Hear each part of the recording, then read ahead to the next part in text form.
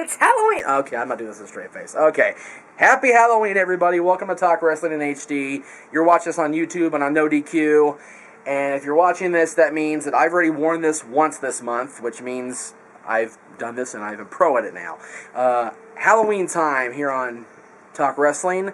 And I thought today we'd go with the top 5, because top 5, even though I only have 4 fingers, which is odd. I just realized that. Mickey only has 4 fingers. I don't know why that. I never understood that. I'm going to have to ask Mickey next time I see him. Anyway, the top 1, 2, 3, 4, 5 moments in Halloween history in the world of wrestling. No particular order. The first thing that comes to mind, to be honest with you, is like the two shocking appearances. And the first was in 1991 with the WCW Phantom. He was booked whatever it was, for months and months. He was booked, and they didn't announce who it was. He came in, annihilated Tom Zink at Halloween Havoc 91, and he unmasks, and it's Ravishing Rick frickin' Rude. Now, for me, that's typical WCW booking at its finest. You have a guy like Rick Rude coming in, fresh off WWF TV, and you don't build him up, you just build up this phantom guy. I know, Aaron, I look stupid. Aaron's just giggling the shits out of himself back there.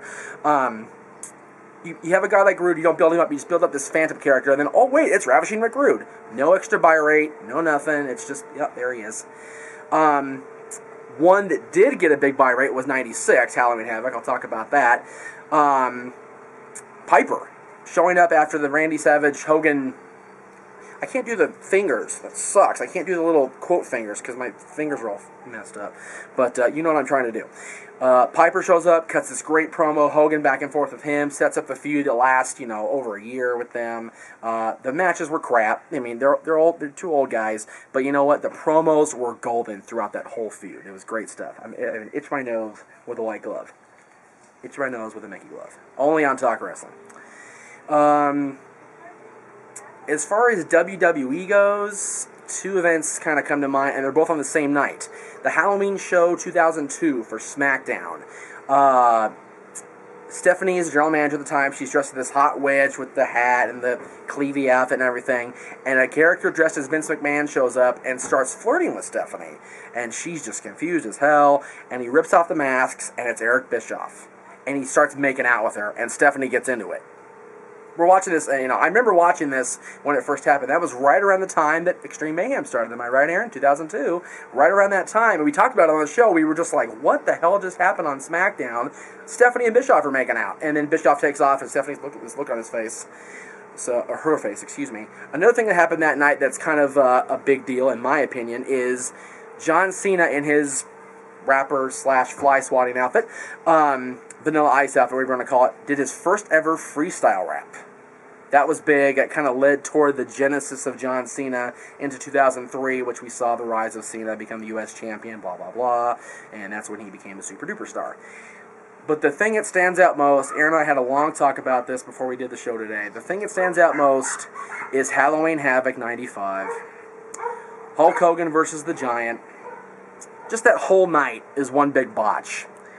First of all, Hogan and Giant, it was the Big Show, have a monster truck contest, and Hogan pushes the Giant off the roof of the Cobo Hall. Magically, the Giant reappears, and he's ready to go for a world title match, his first ever match, and he's ready to fight. Okay. Then at the end of the night, Jimmy Hart intentionally gets Hulk disqualified because he put it in the clause of the contract that if Hulk lost by DQ, the Giant would be the champion. So Jimmy Hart screwed Hulk on that night, much like I feel screwed up in my butt with the zipper right now. So the Giant wins the title by DQ, and then this Yeti thing, this mummy-looking Yeti thing, played by Ron Reese, God bless Ron Reese, comes down, and what can only be described as a hump job on Hogan. He literally just goes up and starts, I'm doing this in a Mickey costume. Is this the most disturbing thing you've ever seen, people? I'm doing a hump motion in a Mickey costume. Only on Talk Wrestling. God, send me some negative feedback on this one. Isn't this just the worst show I've ever done? Oh my God. The Yeti starts humping Hogan. Oh my God, it was just the most awful thing I've ever seen. And the Giant walks out the world champion and is stripped 6 days later, whatever, 13 days later.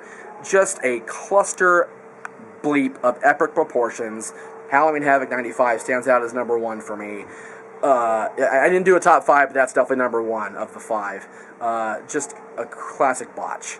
Thank you all for watching Talk Wrestling. We'll get to some more actual real news, but So long, kids!